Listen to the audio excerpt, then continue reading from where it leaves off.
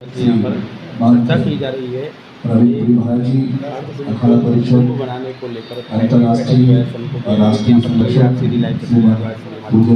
महाराज श्री हमारे पूर्व अध्यक्ष बलवंत जी महाराज जी और सभापति मोहन जी महाराज जी, सचिव श्री महेश जी महाराज जी, हमारे वरिष्ठ महामंडलेश्वर हरिजेतनाथ महाराज श्री और हमारे समकक्ष श्री महामंडलेश्वर नेताजी जी, समस्त साधु संतों का इस नरेंद्र अखाड़े के सभागार में आप सबको मैं अपने दिल की गहराइयों से आपका हार्दिक स्वागत और अभिनंदन करता हूँ।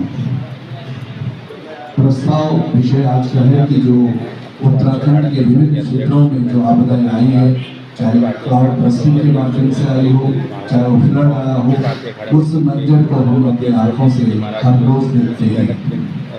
श्री हरिगिरी महाराज श्री के आशीर्वाद से, उनकी प्रेरणा से इस समय हम लगभग तो हम सभी साधु संतों का कर्तव्य ये है कि हम उन हिमालयों में साधना करके जहाँ सरकार के नुमाइंदे नहीं पहुँच पाते हैं, जहाँ बिजली नहीं है, सड़क नहीं है, शिक्षा नहीं है, स्वास्थ्य नहीं है, उन जगहों को ला करके हम देहरादून में हमारे प्रतिनिधियों को बताने का हमारा कर्तव्य होता है। महाराज श्री के द्वारा जो भी हमें प्रेरणा मिली, जो हमारे छड़ी यात्रा में हम लोग जाते हैं तो 3 स्थानों में हमने आश्रम बनाया है। तो हमारे साधु संत 60-70 जो भी आते हैं तो उनका पड़ाव पिथौरागढ़ में हम वहाँ पर उनको रखते हैं। यह भी एक अनुकंपा है। दूसरा, हम चौकोड़ी हिमालय में जाते हैं तो वहाँ पर भी हमने आश्रम और विद्यालय का निर्माण कर रखा है, वहाँ पर गौशाला का निर्माण कर रखा है, तो वहाँ पर भी हमको रहने की सुविधा मिल जाती है। सबसे बड़ी बात है कि ओम पर्वत जो धारचूला से 80 किलोमीटर आगे है, जहाँ पर आज पिछले 2024 में 12 अक्टूबर को हमारे देश के यशस्वी प्रधानमंत्री ने 12 अक्टूबर को जाकर के उसका उद्घाटन किया। तो प्रति वर्ष 60 या 70 हजार, इस बार 1.5 लाख लोगों की पहुंचने की वहां पर व्यवस्था होनी है।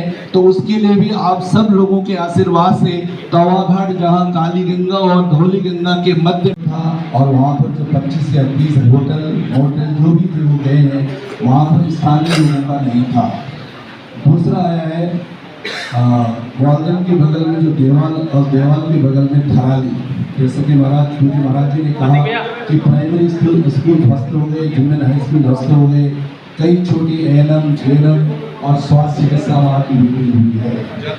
आप सब के साधनों से, साधकों से हम सब लोग एक साधना के रूप में हिमालय में रहते हैं। हिमालय योगी बाबा आपके सामने है। महाराज का आशीर्वाद आज सब पे हो रहा है। हमारे यहाँ पे हमारे सभापति जी है, सभापति वाले हमारे पीछे हो जाओ, थोड़ा पीछे हो जाओ। हमारे गाजियाबाद से श्रीमान नारायण जी महाराज, चंद्र जी महाराज, श्रीमान हमारे सचिव महोदय सभी का सम्मान करेंगे। श्रीमान धराम शिक्षा लेना, जिससे उत्तराखंड का प्राइम देश का है।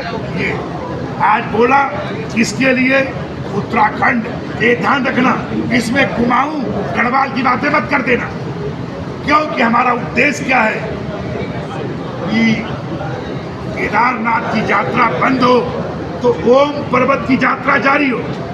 उसमें हमारे आईजी से मैं हिमालय जोगी रविंद्रानंद जी महाराज जी से इनका एक शिक्षा के ऊपर काम चल रहा है, हर प्रकार की इनकी व्यवस्थाएं चल रही है, और इनके माध्यम से शिक्षा के बारे में मैंने बोला हुआ आईजी से, और जो भी वहाँ के आदिवासी लोग हैं, पैसा